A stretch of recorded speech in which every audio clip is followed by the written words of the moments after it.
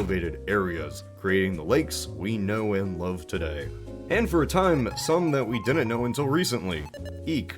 In this alternate timeline, well, the glaciers just don't go as far south. Now this certainly has larger ramifications because the only way the glaciers don't come farther south is if the Earth isn't as cold, and also this changes global ocean levels, however let's just say they don't. Alright, get that out of your head. Well, what now? Common sense dictates I would talk about how the Native Americans would have been affected first, but I think the best way to explain all of this is to start with European colonization. The English may have colonized the East Coast, but the French were the ones who got a head start in upper North America. Instead of landing on the shores of Massachusetts, they decided to settle in the far north, exploring the Gulf of St. Lawrence in 1534 and using the river of the same name as a natural highway right into the interior of the continent. In an age before railways, rivers and oceans were the easiest, safest, and fastest way to transport anything across long distances. It was the St. Lawrence River, along with the Great Lake region, that gave life to the French colonial effort. This wasn't like the English in the 13 colonies. In true French manner, there were few actual colonists, because the French didn't like leaving France, but they did like money. The Great Lakes region was a gold mine for New France. The outposts and cities they created along this river, like Quebec City and Montreal, were more than anything bases for a trading empire spanning the waterways of North America. This map is where they actually colonized. In an alternate timeline, without the Great Lakes, there is no St. Lawrence River. The river flows from Lake Ontario into the Atlantic, so no lakes, no river. That highway for France into the continent never exists. Any operations would have to set up base along the coastline instead, and maybe encourage some ships to sail further south. Since France and England began colonizing these regions around the same time, this alternate race now becomes a close competition over neighboring land, as France tries to stake claim in what we'd think of as Massachusetts and Maine before there is a Massachusetts or Maine. Would war between France and Britain spark far earlier than in our own timeline? Well, no. Before the 7 Years' War, North America saw multiple wars and skirmishes between the two colonial powers over land that never erupted into a larger global war. It was common belief that colonial wars were meant to be handled by the colonists themselves.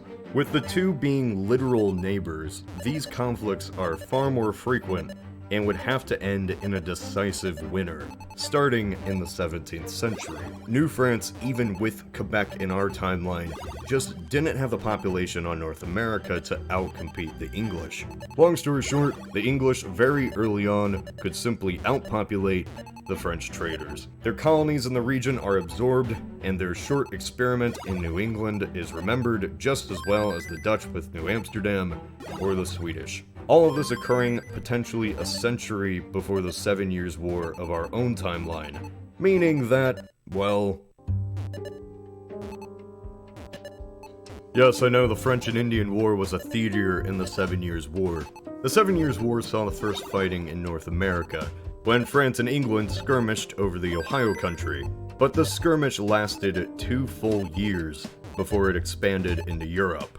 This conflict was different, simply because of the European politics at the time. Britain worried France would use the colonial disputes to attack their own holdings in Hanover, so they made an alliance with Prussia. France, fearing Prussia, allied with Austria, and bing bang boom, doesn't this look familiar? If France never had the opportunity to carve up so much of North America, there never is a vast colonial conflict that escalates into a similar European war during this exact time. By the time the 1750s came around, if there actually was still some 7 Years' War, which I doubt there would be, Britain wouldn't have gained such vast amounts of territory in such a short period of time, because there is no French land to take. And this is why this scenario has taken so long? The butterfly effect in action. There still is European wars, but there isn't the 7 Years' War that we know. Meaning Britain doesn't find itself in debt after the conflict, they don't raise taxes on their own citizens, and especially on the colonists who Parliament felt the war most benefited.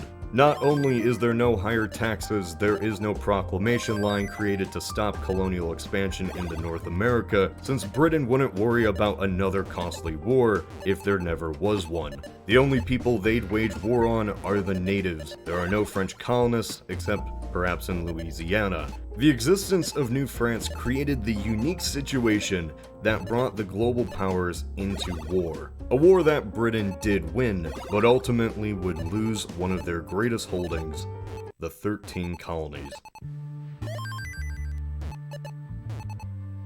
Without the existence of the Great Lakes, there is never an American Revolution. So that said, I get that removing the 7 Years' War and American Revolution has dramatic effects on, well, everything. This means we see no France falling into revolution, no Napoleon, no sudden destruction of the Holy Roman Empire, and the rise of modern Germany, but I just want to focus on the North American perspective. In our timeline after the Revolution, it's no surprise that the first colonists moving west went into the Great Lakes region. Like I said, natural highways, but also prime lakeshore real estate that allowed them to build their own cities like New York and Boston, but on the interior of the continent. In our timeline, the Erie Canal allowed for a ship to come from the Atlantic through the rivers of New England and into the lakes, allowing places like Chicago and Detroit to become linked trading cities. Let's go into this alternate turn of the century, 1800. What would North America look like, at least to the English colonists? To their west is a vast mountain range, which, while difficult to cross, is nothing too tremendous. But past that is an endless sea of woodland. They would vary, of course, by climate, changing more into a boreal sparse forest going into the Canadian Shield, hampering expansion into the continent. By this time, a river is still extremely valuable, so while it isn't impossible to take wagons and go deep into the continent, it wouldn't be very wise. Winters are extremely dangerous, go too far from a natural waterway, and it might take weeks to months to get back and resupply or get help. Without the lakes, the climate would remain relatively the same. The main difference is that there is no lake effect or such extreme amounts of snow during the winter. Apart from that, the climate isn't drastically changed. British colonists expanding west would only do so through natural rivers. Alright, so what is this vital river then? Originally I was thinking perhaps the Ohio River would become the major lifeblood for the Midwest. However, upon research, I realized that the Ohio River actually wouldn't exist. The Ohio River was formed by the same glaciers that formed the lakes, and if we want to remain consistent, this river just doesn't exist. What the glaciers created, they also destroyed. I want to introduce to you the ancient pre-glacial Taos River, a series of waterways perfect for not only defense, but agriculture and settlement. This Taos system, while perfect real estate for colonists, would have been the main home for a vast population of native tribes. So this is the reason I haven't talked about natives in this region till now. Natives of the northern eastern woodlands were split uniquely by the geography of the lakes. Without the lakes, that identity and way of life is entirely shattered. The native population would have settled south, primarily living in this alternate river system, probably having the same style of living as the Mississippian cultures. Don't expect nations like the Iroquois Confederacy or tribes like the Miami, Erie, or Ottawa to remain the same. This is an entirely different cultural region of tribes with entirely different ways of life. This is where the first settlements would arrive. This river is thought to have connected to the Illinois, which connected to the Mississippi. So for the most part, it creates a core area of what Britain would want to colonize. This river becomes the dividing line for many colonies/states, just as the Mississippi is of our timeline. So it certainly creates a wonky look to the settlements. As colonization continues and natives are pushed out, the general population of European colonists is shifted south. There is, unsurprisingly, no Canada, and so the vast north is mainly populated by natives, even in what we think of as today Toronto. Something by now easily as crazy could have occurred as a result of Napoleon never rising. Maybe the fate of this alternate Europe is dominated by Austria, who knows?